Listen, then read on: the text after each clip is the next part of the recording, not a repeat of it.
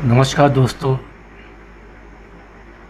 Husband wife के relationship में एक दूसरे की प्रेम की स्ट्रेटजी को समझना बहुत ज़रूरी है। उसमें क्या की इंग्रेडिएंट्स होते हैं जिससे वो ही या she feels the feelings of love, वो समझना बहुत ज़रूरी है।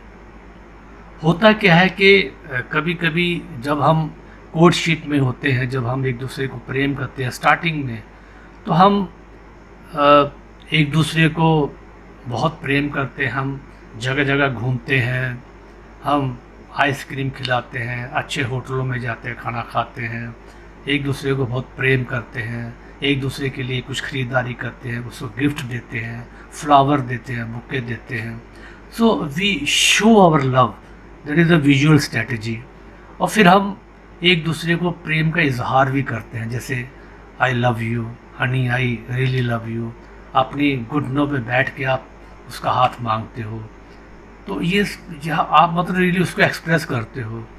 और तीसरी स्ट्रैटेजी ये होती है कि आप उसको यू टच ईच अदर, आप एक दूसरे को you you have a feeling with each other, एक दूसरे को आप टच करते हो, हग करते हो, किस करते हो।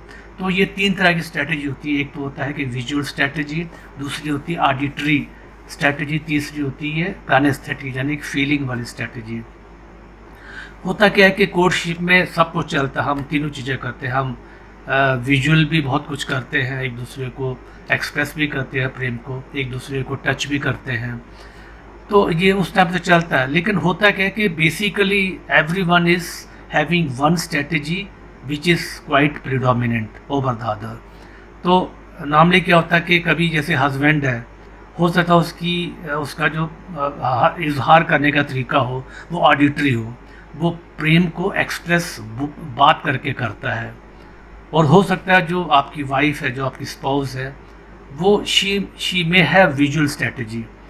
तो वो तभी स्टिमुलेट होती है, तभी उसको प्रेम का एहसास होता है जब उसको कुछ विजुअल प्रेम आप उसको दिखाओ, विजुअल स्टिमुलस उसको मिलना चाहिए।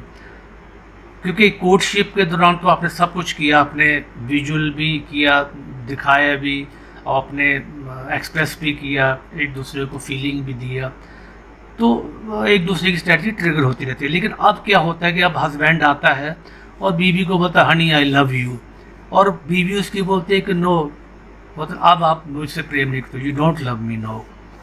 और वो कहती है कि आप, तो हस्बैंड बोलता है कि तुम क्या बात कर रही हो, तो वो कहता है नहीं, बात करना सिर्फ बात ही है, आप कुछ आप मेरे लिए आप फ्लावर्स नहीं लाते हो, आप फूल नहीं लाते मेरे लिए, मुझे आप घुमाने नहीं ले जाते हो, मेरे लिए कुछ गिफ्ट नहीं लाते हो, आप पहले आप मुझे बहुत ही स्पेशल तरीके से देखते थे, अब वो नहीं देखते हो। तो जो वाइफ है, जहाँ स्पाउस है, वो विजुअल स्ट्रेटजी में उसको जो लव है वो फील होता है, और यह जो बंदा है वो ऑडिटरी वाला है। तो ये बहुत बड़ा दिक्कत होती है। ऐसे ही इसका अपोजिट भी हो सकता है, हस्बैंड हो सकता है विजुअल हो और वाइफ ऑडिटरी हो। तो हस्बैंड तो उसको जगह जगह घुमाने ले जाता है, उसके लिए गिफ्ट लाता है, महंगे महंगे गिफ्ट, साड़ीज़ लाता है, अच्छी अच्छी ड्रेसेस लाता है, फ्लावर्स लाता है, और वो उसको जगह जगह अपना खाना वाना खिलाता है, अच्छे अच्छे होटलों में, अच्छे अच्छे जगह पे डिनर सब करवाता है। लेकिन वो जो है, जो वाइफ है, वो उसको मज़ा नहीं आता। वो कहती, वो क्योंकि हस्बैंड तो विजुअल है, अब वो वाइफ एक्सपेक्ट करती है कि वो उसको कुछ बोले, उसको एक्सप्रेस करे कि आई लव यू, मैं तुमसे बहुत प्रेम करता हूँ, ये है वो है। तो तब दोनों में जब तकरार होता है तो वो बोलता है कि मैं तो तुम्हें हर चीज़ कर रहा हूँ, मैं तुम्हें गिफ्ट भी दे रहा हूँ, तुम्हें जगह जगह घुमा भी रहा हूँ, तो कैसे मैं अपना एक्सप्रेस करूँ। बट उसकी वाइफ जो है वो कहती है कि नहीं, अब तुम मुझे पहली तरीके से प्रेम नहीं करते हो, अब तुम मुझे बोलते नहीं हो, आपकी टोनैलिटी में, आपकी साउंड, आपकी आवाज़ में लगता नहीं है कि आप मुझे प्रेम करते हो। तो वो ये थोड़ा सा एक हस्बैंड वाइफ में एक दरार का कारण बनता है। और ख़ास तौर पे अगर बंदा अगर कानेस्थेटिक है, यानी कि उसको फीलिंग्स अच्छी लगती है, और वाइफ अगर विजुअली ओरिएंटेड वुमन है, तो ये समझ लीजिए कि ये one of the greatest mismatch of all time. तो तब तो और ज़्यादा मुश्किल है। अब वो बंदा आता है और उसको हक करता है अपनी वाइफ को, अपनी स्पोर्ट्स को, और वो कहता है कि क्या तुम जब भी आते हो मुझे ग्रैब कर लेते हो, और कभी तुम अपने घुटनों में बैठ जाते हो और मुझे हक करने की कोशिश करते हो।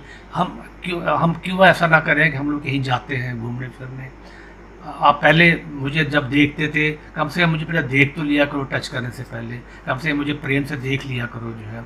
तो वो दिक्कत क्या होती है कि वो बंदा का एस्थेटिक है, वो उसको जो टच वाली फीलिंग्स है या उसको हक करने वाली फीलिंग वो अच्छी लगती है, लेकिन वाइफ जो उसकी विजुअल है, तो ये बहुत ज़्यादा मिसकम्युनिकेशन होता है। तो इसके लिए हमें ये समझना पड़ेगा कि हमें we have to sit down with each other, husband और वाइफ को दोनों को बैठना पड़ेगा और एक दूसरे को पूछना पड़ेगा कि भाई आपको क्या अच्छा लगता है। तो आपको एक दूसरे की स्ट्रैटेजी को जानना पड़ेगा। अब हमें नहीं पता कि आपकी स्ट्रैटेजी, हो सकता है कि आप ऑडिटरी हो, आपको मतलब बोलना एक्सप्रेस करना अच्छा लगता हो सकता है बीवी आपकी जो है वो कैनेस्थेटिक हो, उसको उसको फीलिंग अच्छी लगती है, उसको टच अच्छा लगता हो, उसको हगिंग वाली फीलिंग अच्छी लगती हो, या फिर हो सकता है उसको ऑडिटरी वाली फीलिंग अच्छी लगती है, यानी कि अगर आप उसको प्रेम एक्सप्रेस करो, उसको आई लव यू बोलो, या मतलब उसको इस तरीके से मतलब ऑडिटरी सेंस में बोलो। तो ये if you understand each other सब मोडेलिटीज़, तो इससे क्वालिटी ऑफ रिलेशनशिप जो है उसको जानने में आपको काफ़ी मदद मिलेगी। तो that is why we have to sit down and talk to each other, husband wife को दोनों को बैठना पड़ेगा, जहाँ अगर कोई आपस में एक नया रिलेशनशिप है तब भी बैठना पड़ेगा, देखना पड़ेगा और पूछना पड़ेगा एक दूसरे को, भई आपको क्या अच्छा लगता है, आपको टच वाली फीलिंग अच्छी लगती है या आपको विजुअल, ऐसा नहीं है कि तीनों फीलिंग अच्छी नहीं लगती, लेकिन एक फीलिंग जो प्रिडोमिनेंट होती है, तो one of the feeling is always predominant. तो आपको अपने पार्टनर्स की जो फीलिंग है वो समझना पड़ेगा और उसकी टेरिटरी को समझना पड़ेगा। तो आपको अपनी टेरिटरी को भी सेटिस्फाई करना है और उसकी टेरिटरी को भी सेटिस्फाई करना है।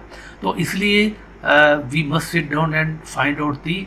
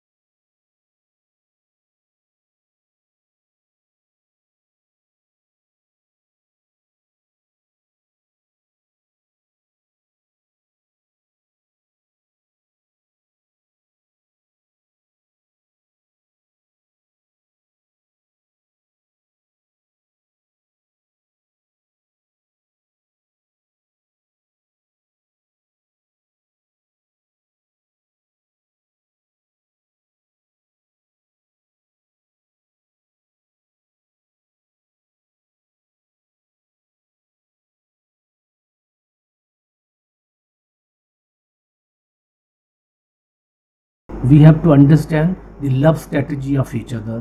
तो जब तक और we have to just break down into sub modality से पे क्या किसको क्या अच्छा लगता है, और then we have to find some overlapping places where we can satisfy each other's we have to understand each other's love strategy। तो इस तरीके से आप अपनी रिलेशनशिप को बहुत अच्छा